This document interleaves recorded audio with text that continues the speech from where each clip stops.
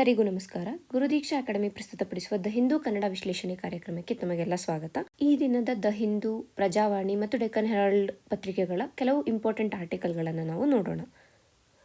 ಆರ್ಟಿಕಲ್ಸ್ಗಳನ್ನು ನೋಡೋದಕ್ಕೆ ಮುಂಚೆ ಒಂದು ಸಣ್ಣ ಅನೌನ್ಸ್ಮೆಂಟ್ ಇದೆ. ನಮ್ಮ ಗುರುದೀಕ್ಷಾ ಅಕಾಡೆಮಿಯಲ್ಲಿ ನಾವು ಮಿಷನ್ ಭೀಮ್ ಅನ್ನುವಂತಹ ಒಂದು ಹೊಸ ಪ್ರೋಗ್ರಾಮನ್ನು ನಿನ್ನೆ ಲಾಂಚ್ ಮಾಡಿದ್ದೀವಿ. ನಿನ್ನೆಯಿಂದ ಈ ಒಂದು ಪ್ರೋಗ್ರಾಮ್ನ ವ್ಯಾಲಿಡಿಟಿ ಬಂದು 26/11 26/1 ಅಂದರೆ ರಿಪಬ್ಲಿಕ್ ಡೇವರೆಗೂ ಈ ಒಂದು ಪ್ರೋಗ್ರಾಮ್ನ ವ್ಯಾಲಿಡಿಟಿ ಇರುತ್ತೆ. ಮತ್ತು ಈ ಒಂದು ಪ್ರೋಗ್ರಾಮ್ ಏನಿದೆ ಇದು PSI ಇರ್ಬೋದು, PC ಎಕ್ಸಾಮ್ಸ್ಗೆ ಇರ್ಬೋದು, ಇಲ್ಲ ಗ್ರೂಪ್ C ಎಕ್ಸಾಮ್ಸ್ಗೆ ಬಹಳ ಉಪಯುಕ್ತವಾದದ್ದು ಅಂತ ಹೇಳ್ತೀನಿ. ನಂತರ ಇದರ ಫೀಚರ್ಸ್ ಏನು ಅಂತ ನೋಡಿದ್ರೆ, ಎಕ್ಸ್ಪರ್ಟ್ ಫ್ಯಾಕಲ್ಟಿಗಳಿರ್ತಾರೆ, ವೀಕ್ಲಿ ಟೆಕ್ಸ್ಟ್ ಸೀರೀಸ್ಗಳನ್ನು ನಿಮಗೆ ಸಿಗುತ್ತೆ, ಮತ್ತು ಡಿಜಿಟಲ್ ನೋಟ್ಸು ಸಿಗುತ್ತೆ, ಜೊತೆಗೆ ಪ್ರಿಂಟೆಡ್ ನೋಟ್ಸ್ ಇರುತ್ತೆ, ಮತ್ತು ಪರ್ಸ್ನಲ್ ಮೆಂಟರ್ಶಿಪ್ ಇರುತ್ತೆ which is very important for any kind of competitive exam. ಮತ್ತು ಪ್ರೀವಿಯಸ್ ಪೇಪರ್ಸ್ ಪ್ರಾಕ್ಟೀಸ್ಗಳನ್ನು ಕೂಡ ನಾವು ಮಾಡ್ತೀವಿ. ಆ್ಯಂಡ್ ಒನ್ ಥಿಂಗ್ ಏನು ಅಂತಂದರೆ, ಇದು ಬರೀ ಆನ್ಲೈನ್ ಮೋಡಲ್ಲಿ ಮಾತ್ರ ಇರುವಂಥದ್ದು. ಸೊ ನೀವು ಇದಕ್ಕೆ ಎನ್ರೋಲ್ ಆಗಬೇಕು ಅಂತಂದರೆ ಕೆಳಗಡೆ ಕಾಣಿಸ್ತಾ ಇರೋ ನಂಬರ್ಗಳಿಗೆ ನೀವು ಕಾಲ್ ಮಾಡ್ಬೋದು, ಇಲ್ಲ ಡೈರೆಕ್ಟಾಗಿ ನಮ್ಮ ಬ್ರಾಂಚಸ್ ಬೆಂಗಳೂರಲ್ಲಿ ಮತ್ತು ಕಲಬುರಗಿಯಲ್ಲಿದೆ, ಅಲ್ಲಿ ನೀವು ವಿಸಿಟ್ ಮಾಡ್ಬೋದಾಗುತ್ತೆ. ಈಗ ಈ ದಿನದ ಆರ್ಟಿಕಲ್ಗಳನ್ನು ನೋಡೋಣ. ಇಂದಿನ ಮೊದಲ ಆರ್ಟಿಕಲ್ ಒಂದು CJI to consider plea to revive NJAC and collegium system. Supreme ಕೋರ್ಟ್ನಲ್ಲಿ ಒಂದು ಪ್ಲೀ ಬಂದಿದೆ, ಅಂದರೆ ಒಂದು ಬೇಡಿಕೆಯನ್ನು ಸಲ್ಲಿಸಿದ್ದಾರೆ. ಏನು ಅಂತಂದರೆ, NJAC ಏನಿದೆ, ನ್ಯಾಷನಲ್ ಜುಡಿಷಿಯಲ್ ಅಪಾಯಿಂಟ್ಮೆಂಟ್ ಕಮಿಷನ್ ಏನಿದೆ, ಇದನ್ನು ಮತ್ತೆ ನಾವು ವಾಪಸ್ ಪುನರುಜ್ಜೀವನಗೊಳಿಸಿ ಈ ಒಂದು ಕೊಲಿಜಿಯಂ ಸಿಸ್ಟಮ್ ಏನಿದೆ, ಕೊಲಿಜಿಯಂ ಸಿಸ್ಟಮನ್ನು ಎಂಡ್ ಮಾಡಬೇಕು, ಇಲ್ಲ ರದ್ದುಗೊಳಿಸಬೇಕು ಅನ್ನುವಂಥ ಒಂದು ಬೇಡಿಕೆ ಸುಪ್ರೀಂ ಕೋರ್ಟಲ್ಲಿ ಬಂದಿದೆ. ಸೊ CJI ಅವರು, ಚೀಫ್ ಜಸ್ಟಿಸ್ ಆಫ್ ಇಂಡಿಯಾ ಏನು ಹೇಳಿದ್ದಾರೆ ಅಂತಂದರೆ, ನಾವು ಈ ಒಂದು ಬೇಡಿಕೆ ಏನಿದೆ ಇದನ್ನು ಪರಿಶೀಲಿಸ್ತೀವಿ, ಮುಂದೆ ನಾವು ಇದನ್ನು ಯಾವ ರೀತಿಯಾಗಿ ತರ್ಬೋದು, ಅಂದರೆ NJACಯನ್ನು ಮತ್ತೆ ವಾಪಸ್ ರಿವೈವ್ ಮಾಡ್ಬೋದಾ ಅಥವಾ ಕಲೀಜಿಯಂ ಸಿಸ್ಟಮನ್ನು ರದ್ದು ಮಾಡ್ಬೋದಾ, ಇವುಗಳ ಬಗ್ಗೆ ನಾವು ನೋಡ್ತೀವಿ ಅಂತ ಹೇಳಿದ್ದಾರೆ. ಸೊ ಈ ಒಂದು ವಿಚಾರದಿಂದ ನಮಗೆ ಈ ಆರ್ಟಿಕಲ್ ಇಂಪಾರ್ಟೆಂಟ್ ಆಗುತ್ತೆ ವಿತ್ ರೆಸ್ಪೆಕ್ಟ್ ಟು ಪ್ರಿಲಿಮ್ಸ್ ಎಕ್ಸಾಮ್ಗೆ. ಯಾಕೆ ಅಂತಂದರೆ, ಒಂದು ಕಡೆ NJAC ಸಿಸ್ಟಮ್ ಬಗ್ಗೆ ಗೊತ್ತಿರಬೇಕು, ಮತ್ತೊಂದು ಕಡೆ ಕೊಲಿಜಿಯಂ ಸಿಸ್ಟಮ್ ಬಗ್ಗೆ ಗೊತ್ತಿರಬೇಕು. ಎರಡೂ ಕೂಡ ನಮ್ಮ ಪ್ರಿಲಿಮ್ಸ್ ಎಕ್ಸಾಮ್ಗೆ ಬಹಳನೇ ಇಂಪಾರ್ಟೆಂಟ್ ಆಗಿರುವಂತಹ ಟಾಪಿಕ್ ಆಗಿರೋ ಕಾರಣ. ಸೊ ಈಗ ನಾವು ಪ್ರೆಸೆಂಟ್ ನೋಡೋಕ್ಕೆ ಹೋದರೆ, ಸದ್ಯಕ್ಕೆ ನಾವು ಫಾಲೋ ಮಾಡ್ತಾ ಇರುವಂತಹ ಸಿಸ್ಟಮ್ ಏನಿದೆ ದಟ್ ಇಸ್ ಕೊಲಿಜಿಯಂ ಸಿಸ್ಟಮ್ ಅಂತ. ಏನು ಈ ಕೊಲಿಜಿಯಂ ಸಿಸ್ಟಮ್ ಅಂತ ಬಂದಾಗ, ಈ ಹೈಕೋರ್ಟ್ ಇರ್ಬೋದು, ಇಲ್ಲ ಸುಪ್ರೀಂ ಕೋರ್ಟ್ ಇರ್ಬೋದು, ಅಲ್ಲಿರುವಂತಹ ನ್ಯಾಯಾಧೀಶರು, ಜಡ್ಜಸ್ ಆಗಿರ್ಬೋದು, ಇಲ್ಲ CJI ಆಗಿರ್ಬೋದು, ಅಂದರೆ ಚೀಫ್ ಜಸ್ಟಿಸ್ ಅವರಾಗಿರ್ಬೋದು, ಯಾರೇ ಆದ್ರೂ ಒಂದು ಕೊಲಿಜಿಯಂ ಮುಖಾಂತರ ಇವರನ್ನು ನೇಮಕ ಮಾಡಲಾಗುತ್ತೆ. ಏನು ಈ ಕೊಲಿಜಿಯಂ ಅಂತಾರೆ, ಈ ಕೊಲಿಜಿಯಮಲ್ಲಿ ಈ ಹಿರಿಯ ಹುದ್ದೆಗಳಲ್ಲಿ ಇರುವಂತಹವರು, ಅಂದರೆ ಸೀನಿಯರ್ ಪೊಸಿಷನ್ಸಲ್ಲಿ ಇರುವಂತಹ ನ್ಯಾಯಾಧೀಶರು ಏನಿರ್ತಾರೆ, ಜಡ್ಜಸ್ ಏನಿರ್ತಾರೆ, ಅವರ ಹೆಸರುಗಳನ್ನು ಶಿಫಾರಸ್ ಮಾಡ್ತಾರೆ, ಅಂದರೆ ಅವರ ಹೆಸರುಗಳನ್ನು ರೆಕಮೆಂಡ್ ಮಾಡುವಂತಹ ಒಂದು ಸಿಸ್ಟಮ್ ಇದು ಕೊಲಿಜಿಯಂ ಸಿಸ್ಟಮ್. ಸೊ ಈ ಕೊಲಿಜಿಯಂ ಸಿಸ್ಟಮ್ ಏನಿದೆ, ಇದರಲ್ಲಿ mainly it consist of judicial members ಅಷ್ಟೇ, ಅಂದರೆ ಏನು ಬೇರೆ ಜಡ್ಜಸ್ ಏನಿರ್ತಾರೆ ಅವರನ್ನೇ ಹೊಂದಿರುವಂತಹ ಒಂದು ಸಿಸ್ಟಮ್ ಆಗಿರುತ್ತೆ ಈ ಕೊಲಿಜಿಯಂ ಸಿಸ್ಟಮ್. ಸೊ ಈ ಪೆಟಿಷನಲ್ಲಿ ಏನು ಆರ್ಗ್ಯೂ ಮಾಡಿದ್ದಾರೆ, ಅಥವಾ ಈ ಪ್ಲೀಯಲ್ಲಿ ಏನು ಆರ್ಗ್ಯೂ ಮಾಡಿದ್ದಾರೆ ಅಂತಂದರೆ, ಇದು ಬರೀ ಕೊಲಿಜಿಯಂ ಸಿಸ್ಟಮಲ್ಲಿ ಬರೀ ಜುಡಿಷಿಯಲ್ ಮೆಂಬರ್ಸ್ ಇರ್ತಾರೆ. ಸೊ ಇದು ಪಬ್ಲಿಕ್ ವಿಲ್, ಜನರ ಇಚ್ಛೆಗೆ ವಿರುದ್ಧವಾದದ್ದು, ಅಥವಾ ಜನರ ಇಚ್ಛೆಯನ್ನು ಇಲ್ಲಿ ಅವರು ಕನ್ಸಿಡರ್ ಮಾಡೋದಿಲ್ಲ ಅನ್ನುವಂಥ ಕಾರಣಕ್ಕೆ ಕೊಲಿಜಿಯಂ ಸಿಸ್ಟಮನ್ನು ತೆಗಿಬೇಕು ಅಂತ ಇಲ್ಲಿ ಬೇಡಿಕೆಯನ್ನು ಇಟ್ಟಿದ್ದಾರೆ. ಸೊ ಈಗ ನಾವು ಈ ಕೊಲಿಜಿಯಂ ಸಿಸ್ಟಮ್ ಬಗ್ಗೆ ಮತ್ತು NJAC ಬಗ್ಗೆ ಮತ್ತಷ್ಟು ಇನ್ಫಾರ್ಮೇಷನ್ ತಿಳ್ಕೊಳ್ಳೋಣ with respect to prelims point of view. ಈ ಕೊಲಿಜಿಯಂ ಸಿಸ್ಟಮ್ ಏನಿದೆ, ಕೊಲಿಜಿಯಂ ಸಿಸ್ಟಮ್ನ ಉಗಮದ ಒಂದು ಟೈಮ್ ಅಂತಂದರೆ 1993 ಅಂತ ಹೇಳ್ಬೋದು. 1993ರಲ್ಲಿ ಈ collegium system of appointment of judicial appointments ಏನಿದೆ ಇದು ಎಕ್ಸಿಸ್ಟೆನ್ಸ್ಗೆ ಬಂದಿತ್ತು ಥ್ರೂ ಕಾನ್ಸ್ಟಿಟ್ಯೂಷನಲ್ ಬೆಂಚ್. ಓಕೆನಾ, ಇದು 1993. ಸೊ ಅಲ್ಲಿಂದ ಈ ಕೊಲಿಜಿಯಂ ಸಿಸ್ಟಮನ್ನು ನಾವು ಫಾಲೋ ಮಾಡ್ಕೊಬರ್ತಾ ಇದ್ವಿ. ಬಟ್ 2014ರಲ್ಲಿ ಏನಾಯಿತು ಅಂದರೆ, NJAC ಆ್ಯಕ್ಟನ್ನು ಪಾಸ್ ಮಾಡಿದ್ರು. ಸೊ ಈ ಒಂದು ನ್ಯಾಷನಲ್ ಜುಡಿಷಿಯಲ್ ಅಪಾಯಿಂಟ್ಮೆಂಟ್ಸ್ ಕಮಿಟಿಯ ಒಂದು ಆ್ಯಕ್ಟ್ ಏನಿದೆ, ಈ ಆ್ಯಕ್ಟನ್ನು ಪಾಸ್ ಮಾಡಿ ಕಾನ್ಸ್ಟಿಟ್ಯೂಷನ್ನ 99ನೇ ಅಮೆಂಡ್ಮೆಂಟ್ ಏನಿದೆ, ಕಾನ್ಸ್ಟಿಟ್ಯೂಷನಲ್ ಅಮೆಂಡ್ಮೆಂಟ್ 99th ಅಮೆಂಡ್ಮೆಂಟ್ ಏನಿದೆ, ಈ ಅಮೆಂಡ್ಮೆಂಟ್ ಮುಖಾಂತರ ಕಾನ್ಸ್ಟಿಟ್ಯೂಷನ್ನು ಕೂಡ ಬದಲಾಯಿಸಿ NJACಯನ್ನು ಅಲ್ಲಿ ಒಂದು ಕೊಲಿಜಿಯಂ ಸಿಸ್ಟಮ್ಗೆ ಬದಲಾದ ಒಂದು ಸಬ್ಸ್ಟಿಟ್ಯೂಷನ್ ಅಂತ ಅಂದ್ಬಿಟ್ಟು ಕಾನ್ಸ್ಟಿಟ್ಯೂಷನಲ್ಲಿ ಕೂಡ ಮೆನ್ಷನ್ ಮಾಡಿದರು ಇದನ್ನು. ಆದರೆ 2015ರಲ್ಲಿ ಏನಾಯಿತು ಅಂದರೆ, ಸುಪ್ರೀಂ ಕೋರ್ಟ್ ಮತ್ತು ಈ ಒಂದು NJACಗೆ ರಿಲೇಟ್ ಆಗಿರುವಂತಹ ಕೇಸಲ್ಲಿ NJAC ಒಂದು ಅನ್ಕಾನ್ಸ್ಟಿಟ್ಯೂಷನಲ್, ಅಸಂವಿಧಾನಿಕವಾದ ಒಂದು ಬಾಡಿ ಆಗಿದೆ. ಸೊ ಹಾಗಾಗಿ ನಾವು ಇದನ್ನ ರದ್ದುಗೊಳಿಸ್ತೀವಿ ಅಂತ ಅಂದ್ಬಿಟ್ಟು ಡಿಕ್ಲೇರ್ ಮಾಡ್ತು. ಸೊ NJAC ಫಾರ್ಮ್ ಆಗಿದ್ದು 2014 ಇದ್ರು, 2015 ಅದನ್ನು ಅವರು ಅಸಂವಿಧಾನಿಕ ಅಂತ ಹೇಳ್ಬಿಟ್ಟು ಅದನ್ನ ರದ್ದು ಮಾಡ್ತಾರೆ. ಸೊ ಇದಿಷ್ಟು NJSC ಮತ್ತು ಕೊಲಿಜಿಯಂ ಬಗ್ಗೆ ಆಯಿತು. ಈಗ ನಮ್ಗೆ ಏನು ಗೊತ್ತಿರಬೇಕು ಅಂದರೆ with respect to prelims, again collegium ಸಿಸ್ಟಮಲ್ಲಿ ಯಾರ್ಯಾರಿದ್ರು, ಯಾವ ರೀತಿಯಾಗಿ ಅದನ್ನು ತಗೋತಾರೆ, NJSCಯಲ್ಲಿ ಏನಿತ್ತು ಅಂದರೆ ಅದರ ಕಾಂಪೋಸಿಷನ್ ಏನು, ಇದರ ಬಗ್ಗೆ ಸ್ವಲ್ಪ ಡೀಟೇಲ್ಸನ್ನು ನೋಡೋಣ. ಸೊ ಮೊದಲಿಗೆ ಈ ಕೊಲಿಜಿಯಂ ಸಿಸ್ಟಮ್ ಬಗ್ಗೆ ನಾವು ನೋಡೋಕ್ಕೆ ಹೋದರೆ ಅದರಲ್ಲಿ ಯಾರ್ಯಾರು ಇರ್ತಾರೆ ಅಂತಂದರೆ CJI ಮುಖ್ಯ ನ್ಯಾಯಾಧೀಶರು ಏನಿರ್ತಾರೆ, ಭಾರತದ ಸುಪ್ರೀಂ ಕೋರ್ಟ್ನ ಮುಖ್ಯ ನ್ಯಾಯಾಧೀಶರು, ಜೊತೆಗೆ 4 senior most supreme court judges ಏನಿರ್ತಾರೆ ಅವರು. ಇದು ಒಂದು ಕೊಲಿಜಿಯಂ. ಇವ್ರು ಏನು ಮಾಡ್ತಾರೆ ಅಂತಂದರೆ ಇವರು ಅಪಾಯಿಂಟ್ಮೆಂಟ್ ಇರ್ಬೋದು, ಇಲ್ಲ ಜಡ್ಜಸ್ಗಳ ಟ್ರಾನ್ಸ್ಫರ್ ಆಗಬೇಕು ಅಂದರೆ ಒಂದು ರೆಕಮೆಂಡೇಷನನ್ನು ಕೊಡ್ತಾರೆ. So this is with respect to collegium system. ಅಂದರೆ ಇನ್ನೊಂದೇನು ಅಂದರೆ ಈ ಕೊಲಿಜಿಯಂ ಸಿಸ್ಟಮನ್ನು ಕಾನ್ಸ್ಟಿಟ್ಯೂಷನಲ್ಲಿ ಎಲ್ಲೂ ಕೂಡ ನಾವು ಮೆನ್ಷನ್ ಆಗಿರುವುದನ್ನು ನೋಡೋದಿಲ್ಲ. ಸೊ ಈ ಕೊಲಿಜಿಯಂ ಸಿಸ್ಟಮ್ ಏನಿದೆ ಇದನ್ನು ನಾವು ತಂದಿರೋದು ಜುಡಿಷಿಯರಿನೇ. ಸೊ ಜುಡಿಷಿಯರಿ ಏನು ಮಾಡಿದೆ ಅಂದರೆ ತನ್ನ ಒಂದು ಇಂಡಿಪೆಂಡೆನ್ಸನ್ನು ಮೇಂಟೈನ್ ಮಾಡ್ಕೊಳ್ಬೇಕು, ಅಂದರೆ ನಮ್ಮ ಅಪಾಯಿಂಟ್ಮೆಂಟ್ಸಲ್ಲಿ ಬೇರೆ ಯಾರ ಒಂದು ಕೈ ಇರಬಾರ್ದು ಅನ್ನುವಂಥ ಕಾರಣಕ್ಕೆ ಕೊಲಿಜಿಯಂ ಸಿಸ್ಟಮನ್ನು ಫಾರ್ಮ್ ಮಾಡಿದ್ರು. So it is not mentioned anywhere in constitution. ಇದು ಕೂಡ ಒಂದು ಇಂಪಾರ್ಟೆಂಟ್ ಪಾಯಿಂಟ್ ಆಗುತ್ತೆ. ಈಗ NJSCಗೆ ಬಂದರೆ NJSCನ 99th ಅಮೆಂಡ್ಮೆಂಟ್ ಮುಖಾಂತರ, ಕಾನ್ಸ್ಟಿಟ್ಯೂಷನಲ್ ಅಮೆಂಡ್ಮೆಂಟ್ ಮುಖಾಂತರ ಆ್ಯಕ್ಚುಲಾಗಿ ಕಾನ್ಸ್ಟಿಟ್ಯೂಷನಲ್ಲಿ ಈ NJSC ಬಗ್ಗೆ ಮೆನ್ಷನ್ ಮಾಡಿದ್ದಾರೆ. ಈಗಲೂ ನಾವು ನಮ್ಮ ಬೇರೆ ಆ್ಯಕ್ಟನ್ನು ತೆಗೆದು ನೋಡಿದ್ರೆ ಅಲ್ಲಿ NJSC ಮೆನ್ಷನನ್ನು ನಾವು ಕಾಣ್ಬೋದಾಗುತ್ತೆ. ಸೊ ಈ NJSC ಏನಿದೆ ಇದು ಕೊಲಿಜಿಯಂ ಸಿಸ್ಟಮನ್ನು ರೀಪ್ಲೇಸ್ ಮಾಡೋಕ್ಕೆ ಈಗಾಗಲೇ ಹೇಳಿದೆ. ಆ್ಯಂಡ್ ಇದರಲ್ಲಿ ಏನಾಗುತ್ತೆ ಅಂತಂದರೆ 6 ಜನ ಇರ್ತಾರೆ. ಇಲ್ಲೇನೋ 4+1 5 ಜನ ಅಷ್ಟೇ, ಅಂದರೆ 4 ಸೀನಿಯರ್ ಜಡ್ಜಸ್ಸು, ಒಬ್ಬರು CJI ಇರ್ತಾಯಿದ್ರು ಎಲ್ಲಿ ಕೊಲಿಜಿಯಂ ಸಿಸ್ಟಮಲ್ಲಿ. ಈಗ NJSCಯಲ್ಲಿ ಏನಾಗುತ್ತೆ ಅಂತಂದರೆ CJI ಇರ್ತಾರೆ, ಒಂದು ಕಡೆ CJI ಇದ್ದೇ ಇರ್ತಾರೆ, ಅವ್ರ ಜೊತೆ 2 ಸೀನಿಯರ್ ಜಡ್ಜಸ್ ಕೂಡ ಇರ್ತಾರೆ, ಅದರ ಜೊತೆಗೆ ಒಬ್ಬರು ಲಾ ಮಿನಿಸ್ಟರ್ ಇರ್ತಾರೆ. ನಮ್ಮ ಒಂದು ಕೇಂದ್ರ ಲಾ ಮಿನಿಸ್ಟರ್ ಏನಿರ್ತಾರೆ, ಕೇಂದ್ರ ಕಾನೂನು ಸಚಿವರು ಏನಿದ್ದಾರೆ ಅವರು ಕೂಡ ಇದರ ಒಂದು ಮೆಂಬರ್ ಆಗಿರ್ತಾಯಿದ್ರು. ಮತ್ತು 2 ಎಮಿನೆಂಟ್ ಪರ್ಸನ್ ಅಂತ ಹಾಕಿದ್ದಾರೆ ಅಷ್ಟೇ. ಈ ಎಮಿನೆಂಟ್ ಪರ್ಸನ್ ಏನಿದ್ದಾರೆ ಇವರನ್ನ ಚೀಫ್ ಜಸ್ಟಿಸ್ ಏನಿರ್ತಾರೆ, ಚೀಫ್ ಜಸ್ಟಿಸ್ ಮತ್ತು ಪ್ರೈಮ್ ಮಿನಿಸ್ಟರ್ ಮತ್ತು ಲೀಡರ್ ಆಫ್ ಅಪೋಸಿಷನ್, ಇವ್ರು 3 ಜನ ಒಂದು ಕಮಿಟಿ ಥರ ಫಾರ್ಮ್ ಮಾಡಿ ಈ ಒಂದು 2 ಎಮಿನೆಂಟ್ ಪರ್ಸನ್ಸ್ನ ಅಪಾಯಿಂಟ್ಮೆಂಟ್ ಮಾಡ್ತಾಯಿದ್ರು. ಆ್ಯಂಡ್ ಆ ಎಮಿನೆಂಟ್ ಪರ್ಸನ್ಸ್ ಏನಿದ್ದಾರೆ ಅವರು ಪ್ರತಿ 3 ವರ್ಷಕ್ಕೆ, ಅಂದರೆ ಅವರ ಟೆನ್ಯೂರ್ ಬಂದು 3 ವರ್ಷ ಆದಮೇಲೆ ಅವ್ರನ್ನ ಚೇಂಜ್ ಮಾಡ್ತಾಯಿದ್ರು. ಸೊ ಇದರಿಂದ ಏನಾಗ್ತಾಯಿತ್ತು ಅಂದರೆ ಬರೀ ಜುಡಿಷಿಯರಿ ಮಾತ್ರ ಅಲ್ಲ, ಅಲ್ಲಿ ಲಾ ಮಿನಿಸ್ಟರ್ ಕೂಡ ಇನ್ವಾಲ್ವ್ ಆಗ್ತಾಯಿದ್ರು. ಮತ್ತು ಎಮಿನೆಂಟ್ ಪರ್ಸನ್ಸ್ ಅಂತ ಬಂದಾಗ ಅಲ್ಲಿ ಜುಡಿಷಿಯರಿಯಲ್ಲಿ ಬಿಟ್ಟು ಬೇರೆ ಜನರು ಕೂಡ ಅಲ್ಲಿ ಪಾರ್ಟಿಸಿಪೇಟ್ ಮಾಡ್ಬೋದಿತ್ತು. ಸೊ ಅಲ್ಲಿ ಪಬ್ಲಿಕ್ ವಿಲ್ಲನ್ನು ರೆಪ್ರೆಸೆಂಟ್ ಮಾಡುತ್ತಾಯಿದ್ರು ಅವರು. ಸೊ ಹಾಗಾಗಿ ಈಗ ಒಂದು ಕೊಟ್ಟಿರೋ ಪ್ಲೀ ಏನು ಅಂತಂದರೆ ಸೊ ಈ NJSC ಸಿಸ್ಟಮನ್ನು ನಾವು ಮತ್ತೆ ವಾಪಸ್ ತರಬೇಕು, ರಿವೈವಲ್ ಮಾಡಬೇಕು ಅನ್ನುವಂಥದ್ದು. ಸೊ ಇದು ಮುಂದೆ ಯಾವ ರೀತಿಯಾದ ಟರ್ನ್ಗಳನ್ನು ತಗೊಳುತ್ತೆ ಅನ್ನೋದನ್ನ ನಾವು ಮುಂದಿನ ವೀಡಿಯೋಗಳಲ್ಲಿ ನೋಡ್ತಾ ಹೋಗೋಣ. ಸೊ ಇಷ್ಟು ನಮಗೆ with respect to prelims point of view ಬಹಳ ಇಂಪಾರ್ಟೆಂಟ್ ಆಗುವಂತಹದ್ದು. ಈಗ ಮುಂದಿನ ಆರ್ಟಿಕಲ್ ನೋಡೋಣ. Over 40 lakh people screen for cancers under Gruha Arogya scheme. So ಮೊದಲಿಗೆ ನಾವು ಈ ಆರ್ಟಿಕಲ್ ಏನು ಹೇಳ್ತಾ ಇದೆ ಅಂತ ನೋಡೋಣ. ತದನಂತರ ಇದರ ಒಂದು ಸ್ಟ್ಯಾಟಿಕ್ ಪಾರ್ಟ್ ಏನಿದೆ ಅದಕ್ಕೆ ವಿತ್ ರೆಸ್ಪೆಕ್ಟ್ ಟು ಎಕ್ಸಾಮ್ ನಮಗೆ ಈ ಆರ್ಟಿಕಲ್ ಹೇಗೆ ಇಂಪಾರ್ಟೆಂಟ್ ಆಗುತ್ತೆ ಅಂದರೆ ಒಂದು ಗೃಹ Arogya scheme entirely for prelims. ಓಕೆನಾ, ಅಂದರೆ ಇದ್ರ ಬಗ್ಗೆ ಸ್ಟೇಟ್ಮೆಂಟ್ ಬೇಸ್ಡ್ ಕ್ವೆಶನ್ಸನ್ನು ಕೇಳ್ಬೋದಾಗುತ್ತೆ. ಇನ್ನು ಮೇನ್ಸ್ಗೆ ಬಂದರೆ ಮೇನ್ಸಲ್ಲಿ ಯಾವ ರೀತಿಯಾದ ಕ್ವೆಶನ್ಸನ್ನು ನಾವು ಎಕ್ಸ್ಪೆಕ್ಟ್ ಮಾಡ್ಬೋದು ಅಂತ ನಾವು ನೋಡೋಕ್ಕೋದ್ರೆ ಒಂದು ಎಸ್ಸೆಗಳಲ್ಲಿ ನಾವು ಇದನ್ನು ಯೂಸ್ ಮಾಡ್ಬೋದು. PSIಯಲ್ಲಿ ಈಗ ಎಸ್ಸೆಗಳು ಟಫ್ ಆಗ್ತಾ ಇರುವಂಥ ಕಾರಣ ಅಲ್ಲಿ ವಿಮೆನ್ ಬೇಸ್ಡ್ ಏನಾದರೂ, ಇಲ್ಲ ವಿಮೆನ್ ಹೆಲ್ತ್ ಬೇಸ್ಡ್ ಇರ್ಬೋದು, ಇಲ್ಲ ಹೆಲ್ತ್ ಕೇರ್ ಬೇಸ್ಡು ಗೌರ್ಮೆಂಟ್ನ ಒಂದು ಪಾಲಿಸೀಸ್ ಕುರಿತಾಗಿ ಏನಾದರೂ ಎಸ್ಸೇಸ್ ಬಂದರೆ ಅಲ್ಲಿ ಇದನ್ನು ಯೂಸ್ ಮಾಡ್ಬೋದಾಗುತ್ತೆ ಎಕ್ಸಾಂಪಲ್ ಆಗಿ. ಮತ್ತು ಇನ್ನು ನಮ್ಮ GS ಪೇಪರ್ಸ್ಗಳಲ್ಲಿ ನಾವು ನೋಡೋಕ್ಕೆ ಹೋದರೆ ಹೆಲ್ತ್ ಬಗ್ಗೆ ಇರ್ಬೋದು, ಅಗೇನ್ ವಿಮೆನ್ ಬಗ್ಗೆ ಏನಾದರೂ ಮಹಿಳೆಯರ ಬಗ್ಗೆ ರಿಲೇಟೆಡ್ ಆಗಿರೋದಿರ್ಬೋದು, ಅಲ್ಲಿ ಗೌರ್ಮೆಂಟ್ ಯಾವ ರೀತಿಯಾದ ಒಂದು ನಡೆಗಳನ್ನು ತೊಗೊಂಡಿದೆ ಅಂತ ನಾವು ನೋಡೋಕ್ಕೆ ಹೋದಾಗ ಈ ಒಂದು ಎಕ್ಸಾಂಪಲನ್ನು ಅಲ್ಲಿ ಕೋಟ್ ಮಾಡ್ಬೋದಾಗುತ್ತೆ. ಆ್ಯಂಡ್ ಆಲ್ಸೋ ಇದರಲ್ಲಿ ಕೊಟ್ಟಿರುವಂತಹ ಕೆಲವು ಡೇಟಾ ಫ್ಯಾಕ್ಟ್ಸ್ ಏನಿದೆ ಇದು ಅಫಿಷಿಯಲ್ ರಿಪೋರ್ಟ್ ಆಗಿರುವಂತಹ ಕಾರಣ ಇದನ್ನು ಕೂಡ ನಾವು ಅಲ್ಲಿ ಕೋಟ್ ಮಾಡ್ಬೋದಾಗುತ್ತೆ. ಸೊ ಅದರಿಂದ ಏನಾಗುತ್ತೆ, ನಮ್ಮ ಒಂದು ಆನ್ಸರ್ನ ಕ್ವಾಲಿಟಿ ಕೂಡ ಹೆಚ್ಚಾಗುತ್ತೆ and will get an edge over others ಅಂತ ಹೇಳ್ಬೋದು. ಈಗ ಫಸ್ಟ್ ಇದರ ಸಮ್ಮರಿ ನೋಡೋಣ ಏನು ಅಂತ. ಗೃಹ ಆರೋಗ್ಯ ಯೋಜನೆ ಏನಿದೆ 2024 ಅಕ್ಟೋಬರಲ್ಲಿ ಈ ಗೃಹ ಆರೋಗ್ಯ ಯೋಜನೆಯನ್ನು ಕರ್ನಾಟಕ ಸರ್ಕಾರ ಲಾಂಚ್ ಮಾಡಿತ್ತು. ಸೊ ಈ ಒಂದು ಯೋಜನೆ ಏನಿದೆ, ಈ ಗೃಹ ಆರೋಗ್ಯ ಯೋಜನೆಯ ಮುಖ್ಯ ಉದ್ದೇಶ ಏನು ಅಂತ ನಾವು ನೋಡೋಕ್ಕೆ ಹೋದರೆ ಈ ಒಂದು ನಾನ್ ಕಮ್ಯುನಿಕೇಬಲ್ ಡಿಸೀಸಸ್ ಏನಿರ್ತವೆ, ಈ ಅಸಾಂಕ್ರಾಮಿಕ ರೋಗಗಳೇನಿರ್ತವೆ ಈ ರೋಗಗಳನ್ನು ಬೇಗ ಪತ್ತೆ ಹಚ್ಚುವುದು.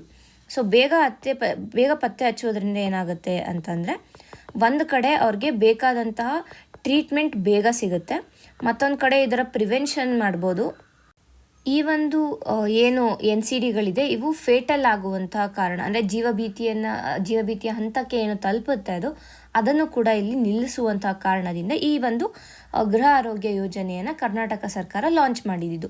ಸೊ ಇಲ್ಲಿ ನಾನ್ ಕಮ್ಯುನಿಕಬಲ್ ಡಿಸೀಸಸ್ ಅಂದರೆ ಏನೇನು ಬರ್ತವೆ ಅಂತ ನಾವು ನೋಡೋಕ್ಕೆ ಹೋದರೆ, ಮೊದಲಿಗೆ ಡಯಾಬಿಟೀಸನ್ನು ನೋಡ್ಬೋದು. ಮಧುಮೇಹ ಇರ್ಬೋದು, ಇಲ್ಲ ಕ್ಯಾನ್ಸರ್ಗಳಿರ್ಬೋದು. ಹಲವಾರು ರೀತಿಯ ಕ್ಯಾನ್ಸರ್ಗಳನ್ನು ಕೂಡ ನಾವು ನಾನ್ ಕಮ್ಯುನಿಕಬಲ್ ಡಿಸೀಸಸ್ ಅಂತ ಹೇಳ್ತೀವಿ.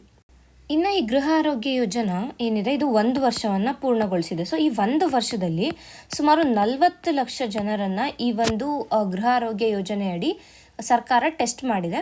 ಸೊ ಈ 40 ಲಕ್ಷ ಜನರಲ್ಲಿ ಸುಮಾರು 8.5 ಲಕ್ಷ ಜನ ಮಹಿಳೆಯರೆಂದರೆ ಈ ಮಹಿಳೆಯರನ್ನು ಕ್ಯಾನ್ಸರ್, ಬ್ರೆಸ್ಟ್ ಕ್ಯಾನ್ಸರ್ ಮತ್ತು ಸರ್ವೈಕಲ್ ಕ್ಯಾನ್ಸರ್ ಏನಿದೆ ಈ ಕ್ಯಾನ್ಸರ್ಗಳಿಗಾಗಿ ಟೆಸ್ಟ್ ಕೂಡ ಮಾಡಿದ್ದಾರೆ. ಆ್ಯಂಡ್ ಆಲ್ಸೋ ಸುಮಾರು 5.5 ಲಕ್ಷ ಜನರನ್ನು ಓರಲ್ ಕ್ಯಾನ್ಸರ್ಗೆ, ಇದು ಬ್ರೆಸ್ಟ್ ಮತ್ತು ಸರ್ವೈಕಲ್ ಕ್ಯಾನ್ಸರ್ಗೆ ಮತ್ತು ಇಷ್ಟು ಜನನ ಓರಲ್ ಕ್ಯಾನ್ಸರ್ಗೆ, ಸುಮಾರು 5.5 ಲಕ್ಷ ಜನಷ್ಟು ಜನರನ್ನು ಓರಲ್ ಕ್ಯಾನ್ಸರ್ಗಾಗಿ ಅವರು ಟೆಸ್ಟ್ ಮಾಡಿದಾಗ, ಇಷ್ಟು ಟೆಸ್ಟ್ಗಳನ್ನು ಮಾಡಿದಾಗ ಸುಮಾರು ಇಲ್ಲಿ ಎಷ್ಟಾಯಿತು 13-14 ಲಕ್ಷ ಜನರನ್ನು ಟೆಸ್ಟ್ ಮಾಡಿದಾಗ 4338 ಸಸ್ಪೆಕ್ಟೆಡ್ ಕ್ಯಾನ್ಸರ್ ಕೇಸಸ್ಗಳು ಅಂತ ಅಂದ್ಬಿಟ್ಟು ತಿಳಿದು, ತದನಂತರ 256 ಕನ್ಫರ್ಮ್ಡ್ ಕೇಸಸ್ಗಳು ಅವ್ರಿಗೆ ಸಿಕ್ಕಿದೆ. ಸೊ ಇದರಿಂದ ಏನಾಯಿತು, 256 ಜನ ಕನ್ಫರ್ಮ್ ಕೇಸಸ್ ಅಂತಂದಾಗ ಅಲ್ಲಿ ಅವ್ರನ್ನ ಬೇಗ ಡಿಟೆಕ್ಟ್ ಮಾಡಿದ್ರು. ಸೊ ಇದರಿಂದ ಏನಾಗುತ್ತೆ, ಅವ್ರಿಗೆ ಬೇಕಾಗಿರುವಂಥ ಟ್ರೀಟ್ಮೆಂಟ್ ಬೇಗ ಕೊಡ್ಬೋದು.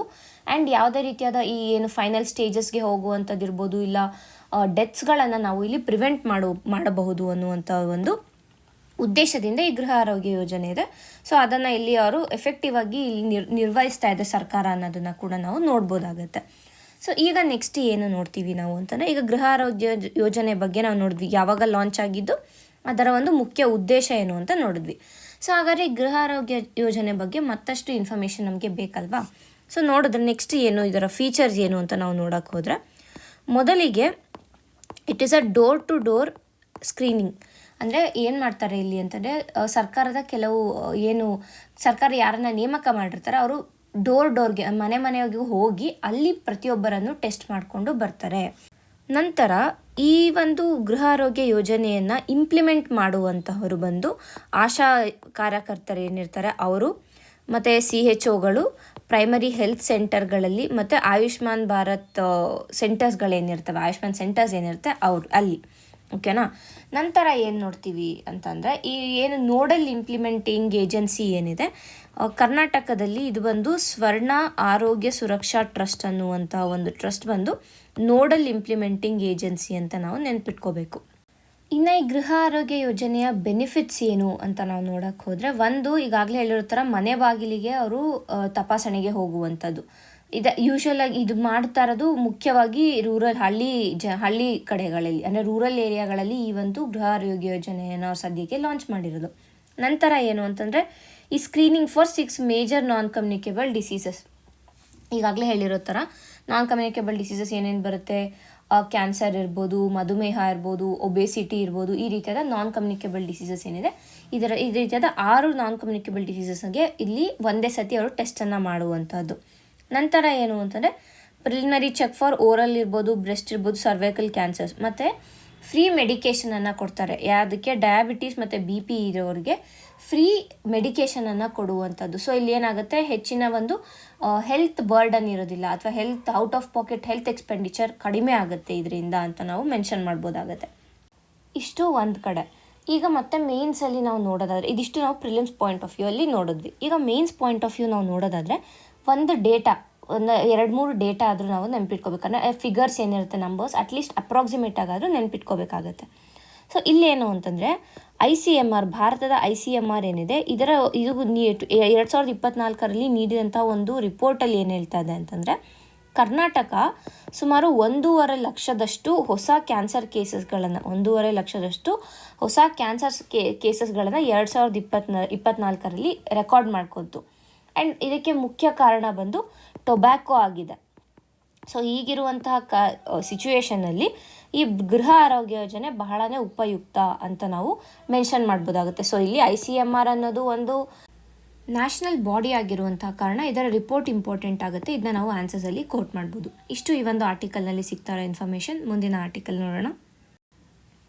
Konkani writer Mahabaleshwar Sail chosen for Kuvempu national award.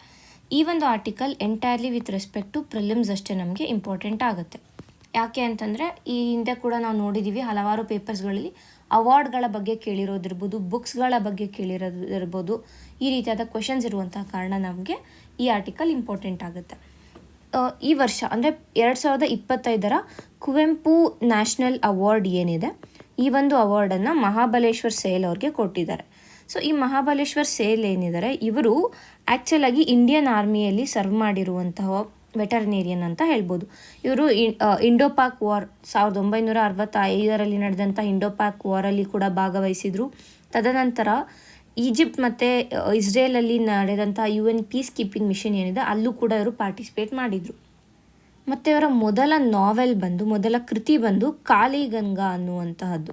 So ಈ ಒಂದು ಕಾಳಿಗಂಗಾ ಬುಕ್ಕಲ್ಲಿ ಇದು ಪಬ್ಲಿಷ್ ಆಗಿದ್ದು 1996ರಲ್ಲಿ. ಈ ಒಂದು ಕೃತಿಯಲ್ಲಿ ಅವರು ಕಾಳಿ ನದಿಯ ಒಂದು ಆಸುಪಾಸಿನಲ್ಲಿ ಇದ್ದಂತಹ ರೈತರ ಒಂದು ಜೀವನದ ಬಗ್ಗೆ ಅವರು ಬರೆದಿದ್ದಾರೆ. ಸೊ ಅದು ಕಾಳಿಗಂಗಾ ಬುಕ್. ಮತ್ತು ಇವರ ಇತರ ಬುಕ್ಕುಗಳು ಬಂದು ಹಾವ್ತಾನ್ ಇರ್ಬೋದು, ಪಲ್ತಾಚೋ ಮೊನಿಸ್, ಯುಗ್ ಸಂವರ್, ವಿಕರ್ ವಿಲ್ಕೋ, ಈ ರೀತಿಯಾದ ಹಲವಾರು ಬುಕ್ಗಳನ್ನು ಕೂಡ ಅವರು ಬರೆದಿದ್ದಾರೆ, ಅವರು ಹಲವಾರು ಕೃತಿಗಳನ್ನು ಬರೆದಿದ್ದಾರೆ. ಸೊ ಇದಿಷ್ಟು ನಮಗೆ ಇಂಪಾರ್ಟೆಂಟ್ ಆಗುತ್ತೆ. ಅಂದರೆ ಹಿಂದಿನ ಪ್ರಶ್ನೆ ಪತ್ರಿಕೆಗಳನ್ನು ನೋಡಿದ್ರೆ KPSCಯ KS ಎಕ್ಸಾಮ್ ಇರ್ಬೋದು, ಇಲ್ಲ ಅಂತಂದರೆ ಗ್ರೂಪ್ C ಎಕ್ಸಾಮ್ಗಳಿರ್ಬೋದು, PSI PC ಎಕ್ಸಾಮ್ಗಳಲ್ಲಿ ಎಲ್ಲನೂ ಏನು ಮಾಡಿದ್ದಾರೆ ಅಂದರೆ ಹಲವಾರು ಬಾರಿ ಯಾವುದೋ ಒಂದು ಕೃತಿಯನ್ನು ಕೊಟ್ಟು ಆ ಕೃತಿಯನ್ನು ಬರೆದವರು ಯಾರು ಅಂತ ಕೇಳಿರುವಂಥ ಕ್ವೆಶನ್ಸನ್ನು ನೋಡಿದ್ದೀವಿ. ಸೊ ಹಾಗಾಗಿ ಈ ಒಂದು ಅಂದರೆ ಈ ಪೊಯೆಟ್ ನ್ಯೂಸಲ್ಲಿರುವಂಥ ಕಾರಣ ಇವರ ಕೃತಿಗಳನ್ನ ಕೇಳುವ ಎಲ್ಲ ಚಾನ್ಸಸ್ಗಳು ಇದೆ ಒಂದು ಕಡೆ. ನೆಕ್ಸ್ಟ್ ಪಾಯಿಂಟ್ ಏನಾಗುತ್ತೆ, ನಮಗೆ ನೆಕ್ಸ್ಟ್ ಏನು ಇಂಪಾರ್ಟೆಂಟ್ ಆಗುತ್ತೆ ಅಂತ ನೋಡಿದ್ರೆ ಕುವೆಂಪು ನ್ಯಾಷನಲ್ ಅವಾರ್ಡ್ ನಮಗೆ ಇಂಪಾರ್ಟೆಂಟ್ ಆಗುತ್ತೆ. ಬಿಕಾಸ್ ಡೈರೆಕ್ಟಾಗಿ ಈ ಅವಾರ್ಡ್ ಬಗ್ಗೆನೂ ಕೂಡ ಅವರು ಕೇಳ್ಬೋದು. ಸೊ ಈ ಕುವೆಂಪು ನ್ಯಾಷನಲ್ ಅವಾರ್ಡ್ ಏನಿದೆ ಇದನ್ನು ಸ್ಟಾರ್ಟ್ ಮಾಡಿದ್ದು 2013ರಲ್ಲಿ. It is a literary award, ಅಂದರೆ ಏನು ಬರಹಗಾರರು ಏನಿರ್ತಾರೆ ಅವರಿಗೆ ಮಾತ್ರ ನೀಡುವಂಥ ಒಂದು ಅವಾರ್ಡ್ ಆಗಿದೆ. ಇದನ್ನು ಕೊಡುವಂತಹದ್ದು ಅಂದರೆ ಆರ್ಗನೈಸ್ ಮಾಡೋದು, ಇಲ್ಲ ಈ ಒಂದು ಏನು ಅವಾರ್ಡ್ ಇದೆ ಇದನ್ನ ಇನ್ಸ್ಟಿಟ್ಯೂಟ್ ಮಾಡಿರುವುದು ಕುವೆಂಪು ಪ್ರತಿಷ್ಠಾನ ಕುಪ್ಪಳ್ಳಿಯಲ್ಲಿ ಇರುವಂಥ ಕುವೆಂಪು ಪ್ರತಿಷ್ಠಾನ ಈ ಒಂದು ಅವಾರ್ಡನ್ನು ಇನ್ಸ್ಟಿಟ್ಯೂಟ್ ಮಾಡಿದ್ದಾರೆ. ಈ ಒಂದು ಅವಾರ್ಡನ್ನು ಪ್ರತಿ ವರ್ಷ ಡಿಸೆಂಬರ್ 29ನೇ ತಾರೀಕು ಈ ಅವಾರ್ಡನ್ನು ನೀಡ್ತಾರೆ. ಡಿಸೆಂಬರ್ 29ನೇ ತಾರೀಕು ಬಂದು ಕುವೆಂಪು ಅವರ ಜನ್ಮದಿನವಾದಂತಹ ಕಾರಣ ಈ ಒಂದು ಅವಾರ್ಡನ್ನು ಅವರ ಒಂದು ನೆನಪಿನಲ್ಲಿ ನೀಡ್ತಾರೆ. ಸೊ ಇದರಲ್ಲಿ ಈಗಾಗಲೇ ಹೇಳಿರೋ ಥರ ಕೇವಲ ಕರ್ನಾಟಕದ ಒಂದು ಬರಹಗಾರರಲ್ಲ, ಲೇಖಕರಲ್ಲ, ಕವಿಗಳಲ್ಲ, ಆಲ್ ಓವರ್ ಇಂಡಿಯಾ, ಭಾರತದಲ್ಲಿ ಯಾವುದೇ ಒಂದು ಭಾರತದ ಯಾವುದೇ ಭಾಷೆಯಲ್ಲಿ ಬರೆದಿದ್ರು ಕೂಡ ಕೃತಿಯನ್ನು ಅವ್ರನ್ನ ಆನರ್ ಮಾಡೋಕ್ಕೆ ನೀಡುವಂತಹ ಪ್ರಶಸ್ತಿಯಾಗಿದೆ. ಮತ್ತು ಈ ಪ್ರಶಸ್ತಿ ಏನಿದೆ ಇದರಲ್ಲಿ 5 ಲಕ್ಷ ನಗದು ಜೊತೆಗೆ ಒಂದು ಸಿಲ್ವರ್ ಮೆಡಲನ್ನು ಕೊಡ್ತಾರೆ. ಓಕೆನಾ, ಇದು ಈ ಒಂದು ಅವಾರ್ಡಲ್ಲಿ ಇನ್ಕ್ಲೂಡ್ ಆಗುವಂಥದ್ದು. ಸೊ ಇಷ್ಟು ನಮಗೆ ಪ್ರಿಲಿಮ್ಸ್ ಪಾಯಿಂಟ್ ಆಫ್ ವ್ಯೂ ಬಹಳ ಇಂಪಾರ್ಟೆಂಟ್ ಆಗಿರುವಂಥ ಪಾಯಿಂಟ್. ಮುಂದಿನ ಆರ್ಟಿಕಲ್ ನೋಡೋಣ. 3.5 billion year old crater on Mars to be christened after geologist MS Krishnan.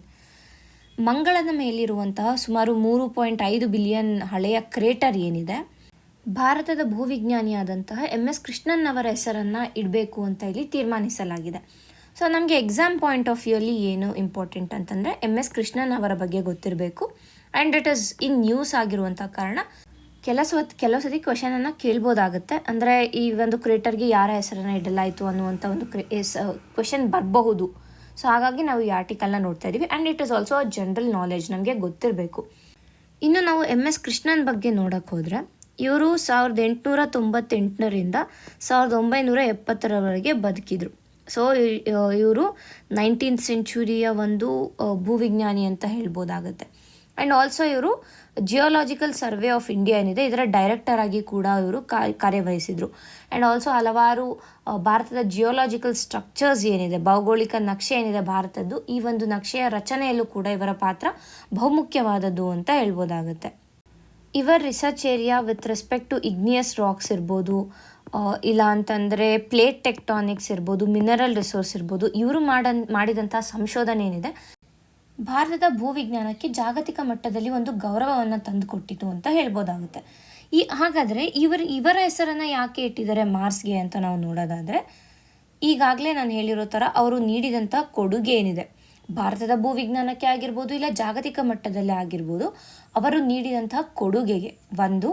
ತದನಂತರ ಏನು ಅಂತಂದರೆ ಈ ಕ್ರೇಟರ್ಗಳಿಗೆ ಏನು ಹೆಸರಿಡ್ತಾರಲ್ವ, ಯಾರ ಒಂದು ಹೆಸರಿಡ್ತಾರೆ ಅಂತಂದರೆ, ಏನಾದರೂ ಹೆಚ್ಚಿನದಾಗಿ ಒಂದು ಕಾಂಟ್ರಿಬ್ಯೂಷನನ್ನು ಮಾಡಿರಬೇಕು. ಅಂದರೆ ಇದುವರೆಗೂ ಮಾರ್ಸ್ ಮೇಲೆ ಇರುವಂಥ ಕ್ರೇಟರ್ಗಳಿಗೆ ಅಂದರೆ ಯಾವ ಸೈಂಟಿಸ್ಟ್ಗಳು ಲಾಂಗ್ ಲಾಸ್ಟಿಂಗ್ ಇಂಪ್ಯಾಕ್ಟನ್ನು ಮಾಡಿರ್ತಾರೆ ಅವರ ಒಂದು ಹೆಸರುಗಳನ್ನು ಮಾತ್ರನೇ ಈ ಒಂದು ಕ್ರೇಟರ್ಗಳಿಗೆ ಇಡ್ತಾ ಬಂದಿರೋದು. ಸೊ ಹಾಗಾಗಿ ಒಂದು ಕಡೆ ಇವರು ನೀಡಿದಂಥ ಕಾಂಟ್ರಿಬ್ಯೂಷನ್ ಏನಿದೆ ಭಾರತಕ್ಕೆ ಆಗಿರ್ಬೋದು, ಜಾಗತಿಕ ಮಟ್ಟದಲ್ಲಿ ಆಗಿರ್ಬೋದು, ಅದರಿಂದ ಮತ್ತೊಂದು ಆ ಒಂದು ಏನು ಅವರು ಪ್ರೊಸೀಜರ್ನ ಫಾಲೋ ಮಾಡ್ಕೊಂಡು ಬರ್ತಿದ್ದಾರೆ, ಅಂದರೆ only named after scientist who have made more impact ಅಂತ ಹೇಳ್ಬೋದು. ಸೊ ಹಾಗಾಗಿ ಇವರ ಹೆಸರನ್ನು ಇದಕ್ಕೆ ಇಟ್ಟಿದ್ದಾರೆ ಅಂತ ಹೇಳ್ಬೋದು. ಇನ್ನು ಈ ಕ್ರೇಟರ್ ಬಗ್ಗೆ ನಾವು ನೋಡೋದಕ್ಕೆ ಹೋದರೆ, ಮೊದಲನೇದಾಗಿ ಏನು ಅಂತಂದರೆ, ಇದು ಮಾರ್ಸ್ನಲ್ಲಿ ಹೆಸ್ಪೇರಿಯನ್ ಪೀರಿಯಡ್ ಅಂತ ಒಂದು ಪೀರಿಯಡ್ ಇತ್ತು. ಇದು ಒಂದು ಜಿಯಾಲಜಿಕಲ್ ಪೀರಿಯಡ್ ಆಗಿರುತ್ತೆ. ಸೊ ಈ ಹೆಸ್ಪೇರಿಯನ್ ಏನಿದೆ ಪೀರಿಯಡ್ ಇಂದ ಈ ಪೀರಿಯಡ್ಗೆ ಬಿಲಾಂಗ್ ಆಗಿರುವಂಥ ಒಂದು ಕ್ರೇಟರ್ ಅಂತ ಹೇಳ್ಬೋದು. ನಂತರ ಏನು ಅಂದರೆ, ಇಲ್ಲಿ ಮೊದಲು ವಾಟರ್ ಇತ್ತು ಅನ್ನುವಂಥ ಒಂದು ಎವಿಡೆನ್ಸ್ ಕೂಡ ಇಲ್ಲಿ ಸಿಗುತ್ತೆ. ಸೊ ಹಾಗಾಗಿ ಏನಾಗುತ್ತೆ, ಈ ಕ್ರೇಟರ್ ಇಂಪಾರ್ಟೆಂಟ್ ಆಗುತ್ತೆ with respect to planetary studies. ಅದರಿಂದ ಈ ಒಂದು ಕ್ರೇಟರ್ ನಮಗೆ ಎಕ್ಸಾಮ್ ಪಾಯಿಂಟ್ ಆಫ್ ವ್ಯೂ ಅಲ್ಲಿ ಇಂಪಾರ್ಟೆಂಟ್. ಇನ್ನು ಭಾರತಕ್ಕೆ ಯಾವ ರೀತಿಯಾಗಿ ಇದು ಇಂಪಾರ್ಟೆಂಟ್ ಅಂತ ನಾವು ನೋಡಿದ್ರೆ, ಭಾರತದ ವಿಜ್ಞಾನಿಯ ಹೆಸರನ್ನು ಇದಕ್ಕೆ ಇಟ್ಟಿರುವ ಕಾರಣ ಭಾರತದ ಒಂದು ರಿಸರ್ಚ್ ಹಿಸ್ಟ್ರಿ ಏನಿದೆ ಅದಕ್ಕೆ ಕೂಡ ಒಂದು ಗೌರವವನ್ನು ಸಲ್ಲಿಸಿದ ರೀತಿಯಾಗಿದೆ ಅಂತ ಹೇಳ್ಬೋದು. And at the same time ಇದು ಈ ಯಂಗ್ ರಿಸರ್ಚರ್ಸ್ ಏನಿರ್ತಾರೆ ಅವ್ರನ್ನ ಕೂಡ ಇನ್ಸ್ಪೈರ್ ಮಾಡ್ಬೋದು. ಮತ್ತೊಂದು ವಿಚಾರ ನಮಗೆ ಏನು ಗೊತ್ತಿರಬೇಕು ಅಂದರೆ, ಈಗ ನಾನು ಹೇಳಿದೆ ಈ ಮಾರ್ಸ್ ಕ್ರೇಟರ್ನ ನೇಮ್ ಮಾಡ್ತಾ ಇದ್ದಾರೆ ಅಂತ. ಸೊ ಯಾರು ನೇಮ್ ಮಾಡ್ತಾ ಇದ್ದಾರೆ ಅಂತ ನಾವು ನೋಡಿದ್ರೆ, ಇದನ್ನು ನೇಮ್ ಮಾಡೋದು ಇಂಟರ್ನ್ಯಾಷನಲ್ ಆಸ್ಟ್ರೋನಾಮಿಕಲ್ ಯೂನಿಯನ್ ಏನಿದೆ, ಈ ಇಂಟರ್ನ್ಯಾಷನಲ್ ಆಸ್ಟ್ರೋನಾಮಿಕಲ್ ಯೂನಿಯನ್ ಮಾರ್ಸ್ ಕ್ರೇಟರ್ಗಳನ್ನು ನೇಮ್ ಮಾಡುವಂಥದ್ದು. ಇದು ಒಂದು point with respect to prelims important ಆಗುತ್ತೆ. ಮತ್ತೊಂದು point with respect to prelims ಏನು ಅಂತಂದರೆ, ಮಾರ್ಸ್ ಸರ್ಫೇಸ್ ಮೇಲೆ ಹೈಯೆಸ್ಟ್ ಕ್ರೇಟರ್ ಡೆನ್ಸಿಟಿ ಇದೆ. ಇಡೀ ನಮ್ಮ ಸೌರಮಂಡಲವನ್ನು ತಗೊಂಡ್ರೆ ಹೈಯೆಸ್ಟ್ ಕ್ರೇಟರ್ ಡೆನ್ಸಿಟಿ ಇರುವಂತಹದ್ದು ಮಾರ್ಸ್ ಮೇಲೆ ಅನ್ನುವುದು ನಮಗೆ ಗೊತ್ತಿರಬೇಕು. ಸೊ ಇವೆರಡು ವಿತ್ ರೆಸ್ಪೆಕ್ಟ್ ಟು ಪ್ರಿಲಿಮ್ಸ್ ನಮಗೆ ಇಂಪಾರ್ಟೆಂಟ್ ಆಗುತ್ತೆ. ಈಗ ಮುಂದಿನ ಆರ್ಟಿಕಲ್ ನೋಡೋಣ. Limited room, India must reduce dependence on oil imports to stabilise the rupee. ಈ ಒಂದು ಆರ್ಟಿಕಲ್ನಲ್ಲಿ ಭಾರತೀಯ ರುಪಿಯ ಒಂದು ಡಿಪ್ರಿಸಿಯೇಷನ್ ಏನಿದೆ ಅಥವಾ ಮೌಲ್ಯದ ಕುಸಿತ ಏನಾಗ್ತಾ ಇದೆ, ಮತ್ತು ಅದರ ಆ ಒಂದು ರುಪಿಯನ್ನು ಸ್ಟೆಬಿಲೈಸ್ ಮಾಡೋದಕ್ಕೆ ಅಥವಾ ಆ ರುಪಿಯನ್ನು ಸ್ಥಿರಗೊಳಿಸೋದಕ್ಕೆ ಭಾರತ ಏನು ತನ್ನ ಒಂದು ಆಯಿಲ್ ಇಂಪೋರ್ಟ್ಸ್ ಇದೆ, ಆಯಿಲ್ ಇಂಪೋರ್ಟ್ಸ್ ಮೇಲೆ ಆಗಿರುವಂಥ ಡಿಪೆಂಡೆನ್ಸಿಯನ್ನು ಅಥವಾ ಅವಲಂಬನೆಯನ್ನು ಕಡಿಮೆ ಮಾಡಬೇಕು ಅನ್ನುವಂಥದ್ರ ಬಗ್ಗೆ ಇಲ್ಲಿ ಮಾತಾಡ್ತಾ ಇದ್ದಾರೆ. ಸೊ ಮೊದಲಿಗೆ ನಾವು ಏನು ನೋಡ್ತೀವಿ ಅಂತಂದರೆ, ಕಳೆದ ವರ್ಷ ನವಂಬರ್ 2024ರಿಂದ ಈ ನವಂಬರ್ 2025 ನಾವು ನೋಡಿದ್ರೆ ಭಾರತದ ರುಪಿ ಏನಿದೆ, ನಮ್ಮ ರುಪಿ ಏನಿದೆ, ಇದು ಡಿಪ್ರಿಷಿಯೇಟ್ ಆಗಿರುವಂಥದ್ದು ಸುಮಾರು 7% ಡಿಪ್ರಿಷಿಯೇಟ್ ಆಗಿದೆ. ಸೊ ಲಾಸ್ಟ್ ಇಯರ್ ನವಂಬರಲ್ಲಿ ನಾವು ನೋಡಿದಾಗ ಅಪ್ರಾಕ್ಸಿಮೇಟಾಗಿ it was 83.4 rupees per dollar. But ಅದೇ ಈಗ ನಾವು ನೋಡಿದ್ರೆ it is 89.2 rupees per dollar. So ಇಲ್ಲಿ 7% ಡಿಪ್ರಿಸಿಯೇಷನನ್ನು ನಾವು ನೋಡ್ಬೋದಾಗಿದೆ. ಅಂದರೆ ಇಷ್ಟು ಹೆಚ್ಚಿನ ಮಟ್ಟದಲ್ಲಿ ಡಿಪ್ರಿಸಿಯೇಷನನ್ನು ನಾವು ನೋಡಿದ್ದು ಕಳೆದ ಬಾರಿ 2018ರಲ್ಲಿ. ಸೊ ಇಲ್ಲಿ it was around 11 to 12% depreciate ಆಗಿತ್ತು ರುಪಿ ಆಗ. ಆ್ಯಂಡ್ ಆಲ್ಸೋ ಆಗ ಇದ್ದಂತಹ ಎಕನಾಮಿಕಲ್ ಸಿಚುಯೇಷನ್ ಇರ್ಬೋದು, ಗ್ಲೋಬಲ್ ಫಿನಾನ್ಷಿಯಲ್ ಸ್ಟ್ರೆಸ್ ಇರ್ಬೋದು, ಟ್ರೇಡ್ ಟೆನ್ಷನ್ಸ್ ಬಿಟ್ವೀನ್ US ಮತ್ತು ಚೈನಾ, ಇದೆಲ್ಲ ಕೂಡ ಆಗ ಟ್ರಿಗರ್ ಮಾಡಿತ್ತು ಅದನ್ನು ಅಂತ ಇಲ್ಲಿ ನಾವು ತಿಳ್ಕೊಬೋದು. ಸೊ ನೆಕ್ಸ್ಟ್ ನಾವು ಯಾಕೆ ರುಪಿ ಈ ರೀತಿಯಾದ ಒಂದು ಫಾಲನ್ನು ಕಾಣ್ತಾ ಇದೆ, ಯಾಕೆ ರುಪಿ ಡಿಪ್ರಿಷಿಯೇಟ್ ಆಗ್ತಾ ಇದೆ ಅಂತ ನೋಡಬೇಕಾಗತ್ತೆ. ಸೊ ಏನು ಮುಖ್ಯವಾದ ರೀಸನ್ಸ್ ಅಂದರೆ ಭಾರತದ ಒಂದು ರುಪಿಯ ಡಿಪ್ರಿಸಿಯೇಷನ್ಗೆ ಏನು ಮುಖ್ಯ ರೀಸನ್ಸ್ ಅಂತ ನಾವು ನೋಡಿದ್ರೆ, ಮೊದಲನೇದಾಗಿ ಬಂದು ನಮ್ಮ ಕರೆಂಟ್ ಅಕೌಂಟ್ ಡೆಫಿಸಿಟ್ಟು ಏನಂತೀವಿ ವೈಡ್ ಆಗ್ತಾಯಿದೆ, ಅಂದರೆ widening of current account deficit. ಈ ಕರೆಂಟ್ ಅಕೌಂಟ್ ಡೆಫಿಸಿಟ್ ಹೆಚ್ಚಾಗ್ತಾ ಇದೆ ಅಂತ ಹೇಳ್ಬೋದು. ಎರಡನೇದಾಗಿ ಏನು ಅಂತಂದರೆ ನಮ್ಮ ಆಯಿಲ್ ಇಂಪೋರ್ಟ್ಸ್ ಏನಿದೆ it is becoming expensive day by day ಇದು ದುಬಾರಿ ಆಗ್ತಾ ಇದೆ. ಮತ್ತು ಮೂರನೇದಾಗಿ ಕ್ಯಾಪಿಟಲ್ ಔಟ್ಫ್ಲೋಸ್ ಅಂದರೆ ಈ ಏನು ಬಂಡವಾಳ ಮಾಡುವಂಥದ್ದಿದೆ ಅದು ಭಾರತಕ್ಕೆ ಬರ್ತಾ ಇಲ್ಲ, ಬದಲಿಗೆ ಭಾರತದಿಂದ ಆಚೆ ಹೋಗ್ತಾ ಇರುವಂತಹ ಕಾರಣ. ಇದೆಲ್ಲದರ ಜೊತೆಗೆ ಗ್ಲೋಬಲ್ ಎಕನಾಮಿಕ್ ಅನ್ಸರ್ಟೈನಿಟಿ ಏನಿದೆ, ಅದು ಏನು ಜಾಗತಿಕ ಆರ್ಥಿಕತೆ ಅನ್ಸರ್ಟೈನ್ ಆಗಿರುವಂತಹದ್ದು. ಸೊ ಈ 4 ಮುಖ್ಯ ಕಾರಣಗಳಿಂದ ರುಪಿ ಏನಿದೆ ರುಪಿ ಬೀಳ್ತಾ ಇದೆ ಅಂತ ಹೇಳ್ಬೋದು. ಸೊ ಹೇಗೆ ಅಂತ ನಾವು ನೋಡಬೇಕಾಗುತ್ತೆ. ಈಗ ಕರೆಂಟ್ ಅಕೌಂಟ್ ಡೆಫಿಸಿಟ್ ಅಂದರೆ, ಕರೆಂಟ್ ಅಕೌಂಟ್ ಡೆಫಿಸಿಟ್ ಯಾವಾಗ ಆಗುತ್ತೆ, ಇಂಪೋರ್ಟ್ಸ್ ಮೋರ್ ದ್ಯಾನ್ ಎಕ್ಸ್ಪೋರ್ಟ್ಸ್ ಇದ್ದಾಗ, ಅಂದರೆ ನಾವು ಹೆಚ್ಚಿನದಾಗಿ ಖರ್ಚು ಮಾಡ್ತಾ ಇದ್ದೀವಿ, ನಮಗೆ ಇನ್ಕಮ್ ಬರೋದಕ್ಕಿಂತ ಜಾಸ್ತಿಯಾಗಿ ಖರ್ಚು ಮಾಡ್ತಾ ಇರುವಂಥ ಕಾರಣ ನಮ್ಮ ಒಂದು ಕರೆಂಟ್ ಅಕೌಂಟ್ ಡೆಫಿಸಿಟ್ ಏನಿದೆ ಇದು ಜಾಸ್ತಿ ಆಗ್ತಾ ಇದೆ. ಒಂದು ಆಯಿಲ್ ಇಂಪೋರ್ಟ್ಸ್ ಎಕ್ಸ್ಪೆನ್ಸಿವ್ ಯಾಕೆ ಆಗ್ತಾ ಇದೆ, ನಾವು ರಷ್ಯಾದಿಂದ ಇಂಪೋರ್ಟ್ ಮಾಡ್ಕೋತಾ ಇದ್ದೀವಿ. ಸೊ ರಷ್ಯಾದಿಂದ ಇಂಪೋರ್ಟ್ ಮಾಡ್ಕೊತಾ ಇದ್ದೀವಿ ಒಂದು, ಮತ್ತು ಈ ರಷ್ಯಾ ಮೇಲೆ US ಹಾಕಿರೋ ಸ್ಯಾಂಕ್ಷನ್ಸಿಂದ ಕೂಡ ನಮಗೆ ಇದರ ಮೇಲೆ ಪರಿಣಾಮ ಬೀಳ್ತಾ ಇದೆ. ಸೊ ಅದರಿಂದ ಆಯಿಲ್ ಇಂಪೋರ್ಟ್ಸ್ ಎಕ್ಸ್ಪೆನ್ಸಿವ್ ಆಗ್ತದೆ. ಕ್ಯಾಪಿಟಲ್ ಔಟ್ಫ್ಲೋಸ್, ಭಾರತದಿಂದ ಬೇರೆ ಕಡೆ ಹೂಡಿಕೆ ಆಗ್ತಾ ಇದೆ ಹೊತ್ತು ಭಾರತದಲ್ಲಿ ಈ ಹೂಡಿಕೆ ಆಗ್ತಾ ಇಲ್ಲ. ಭಾರತದಲ್ಲಿ ಯಾಕೆ ಹೂಡಿಕೆ ಆಗ್ತಾ ಇಲ್ಲ, ಒಂದು ಇನ್ವೆಸ್ಟ್ಮೆಂಟ್ ಪ್ರಾಬ್ಲಮ್ಸ್ ಇರ್ಬೋದು, ಇಲ್ಲ ಅಂತಂದರೆ ಏನು ಗೌರ್ಮೆಂಟ್ ಪಾಲಿಸೀಸ್ ಇದೆ ಅದು ಇನ್ವೆಸ್ಟರ್ ಫ್ರೆಂಡ್ಲಿ ಇಲ್ಲದೆ ಇರುವಂತಹ ಕಾರಣದಿಂದ ಕೂಡ ಇದು ಆಗ್ತಾ ಇರ್ಬೋದು. ಇನ್ನು global economic uncertainty, trade wars ಇರ್ಬೋದು, ರಷ್ಯಾ ಉಕ್ರೇನ್ ವಾರ್ ಇರ್ಬೋದು, ಇಲ್ಲ US ಚೈನಾ ಟ್ರೇಡ್ ವಾರ್ ಇರ್ಬೋದು, ಗಾಜಾ ವಾರ್ ಇರ್ಬೋದು, ಈ ರೀತಿಯಾದ ಒಂದು ಏನು ಸಿಚುವೇಶನ್ಸ್ಗಳಿಂದ ಎಕಾನಮಿಯಲ್ಲಿ ಅನ್ಸರ್ಟೆನಿಟಿಯನ್ನು ನಾವು ನೋಡ್ತಾ ಇದ್ವಿ. ಸೊ ಹಾಗಾದರೆ ಈ ರೀತಿಯಾದ ರುಪಿ ವೊಲೆಟಾಲಿಟಿ ಇದೆ ಅಂತಂದರೆ ಇದರ ಒಂದು ಅಥವಾ ರುಪಿ ಡಿಪ್ರಿಸಿಯೇಷನ್ ಆಗ್ತಾ ಇದೆ ಅಂತಂದರೆ ಈ ಡಿಪ್ರಿಸಿಯೇಷನನ್ನು ತಡೆಯೋದು ಯಾರ ಒಂದು ಮುಖ್ಯ ರೋಲ್ ಆಗಿದೆ, RBIನ ಒಂದು ರಿಸರ್ವ್ ಬ್ಯಾಂಕ್ ಆಫ್ ಇಂಡಿಯಾದ ಮುಖ್ಯ ರೋಲ್ ಆಗಿದೆ ಇದು. So reserve bank of India ಏನು ಮಾಡಿದೆ ಈ ಒಂದು ರುಪಿ ಡಿಪ್ರಿಸಿಯೇಷನನ್ನು ತಡೆಯೋದಕ್ಕೆ RBI ಏನು ಮಾಡಿದೆ ಅಂತ ನಾವು ನೋಡಿದ್ರೆ, ಇದುವರೆಗೂ ಸುಮಾರು $50 ಬಿಲಿಯನ್ ಫಾರೆಕ್ಸ್ ಏನಿರುತ್ತೆ ನಮ್ಮ ಒಂದು ಭಾರತದ ಫಾರೆಕ್ಸ್ ಏನಿದೆ ಇದನ್ನು ಜಾಗತಿಕ ಒಂದು ಮಾರುಕಟ್ಟೆಯಲ್ಲಿ ಮಾರಾಟ ಮಾಡಿದೆ. ಸೊ ಇದರಿಂದ ಒಂದು ಕಡೆ ರುಪಿಯನ್ನು ಸ್ಟೆಬಿಲೈಸ್ ಮಾಡ್ಬೋದು. ಯಾಕೆಂದರೆ ಭಾರತದ 50 ಬಿಲಿಯನ್ ಫಾರೆಕ್ಸ್ ಅಂತಂದರೆ ಇಲ್ಲಿ ನಮಗೆ ಒಂದು ಕಾನ್ಸೆಪ್ಟ್ ಇಂಪಾರ್ಟೆಂಟ್ ಆಗುತ್ತೆ. ಈ ರುಪಿ ಮತ್ತು ಡಾಲರ್ ಡಿಪ್ರಿಸಿಯೇಷನ್ ಹೇಗಾಗುತ್ತೆ ಅನ್ನೋದನ್ನು ನಾವು ನೋಡಬೇಕಾಗುತ್ತೆ. ರುಪಿ ಡಿಪ್ರಿಸಿಯೇಷನ್ ಯಾವಾಗ ಆಗುತ್ತೆ ಅಂದರೆ ಡಿಪ್ರಿಸಿಯೇಷನ್ ಅಂದರೆ ಏನು, ಆ ಒಂದು ವ್ಯಾಲ್ಯೂ ಒಂದು ವಸ್ತುವಿನ ವ್ಯಾಲ್ಯೂ ಕಡಿಮೆ ಆಗುವಂಥದ್ದು. ವಸ್ತುವಿನ ವ್ಯಾಲ್ಯೂ ಯಾವಾಗ ಕಡಿಮೆ ಆಗುತ್ತೆ, ಅದು ಹೆಚ್ಚಿನ ಪ್ರಮಾಣದಲ್ಲಿ ಅವೈಲಬಲ್ ಇದ್ದಾಗ, ಓಕೆನಾ. ಸೊ ಈಗ ರುಪಿ ಡಿಪ್ರಿಸಿಯೇಷನ್ ಯಾವಾಗ ಆಗುತ್ತೆ ಅಂತಂದರೆ, ಈಗ ರುಪಿ ಹೆಚ್ಚಿನ ಮಟ್ಟದಲ್ಲಿ ಸಿಗ್ತಾ ಇದೆ, ಏನು ಮಾರುಕಟ್ಟೆಯಲ್ಲಿ ಹೆಚ್ಚಿನ ಒಂದು ಎಕನಾಮಿಕ್ ಮಾರ್ಕೆಟಲ್ಲಿ ನಾವು ನೋಡಿದಾಗ ರುಪಿ ಏನಿದೆ ರುಪಿ ಹೆಚ್ಚಿನ ಮಟ್ಟದಲ್ಲಿ ಸಿಗ್ತಾ ಇದೆ ಅಂದಾಗ ಇದರ ವ್ಯಾಲ್ಯೂ ಡಿಪ್ರಿಷಿಯೇಟ್ ಆಗುತ್ತೆ. ಸೊ ಈಗ ರುಪಿ ಹೆಚ್ಚಿನ ಮಟ್ಟದಲ್ಲಿ ಸಿಗ್ತಾ ಇದೆ ಅಂತಂದರೆ, ಅಂದರೆ ರುಪಿಯ ಕ್ವಾಂಟಿಟಿ ಹೆಚ್ಚಿದೆ ಅಂತಂದರೆ ಡಾಲರ್ನ ಕ್ವಾಂಟಿಟಿಲಿ ಕಡಿಮೆ ಆಗ್ತಾ ಇದೆ ಅಂತ.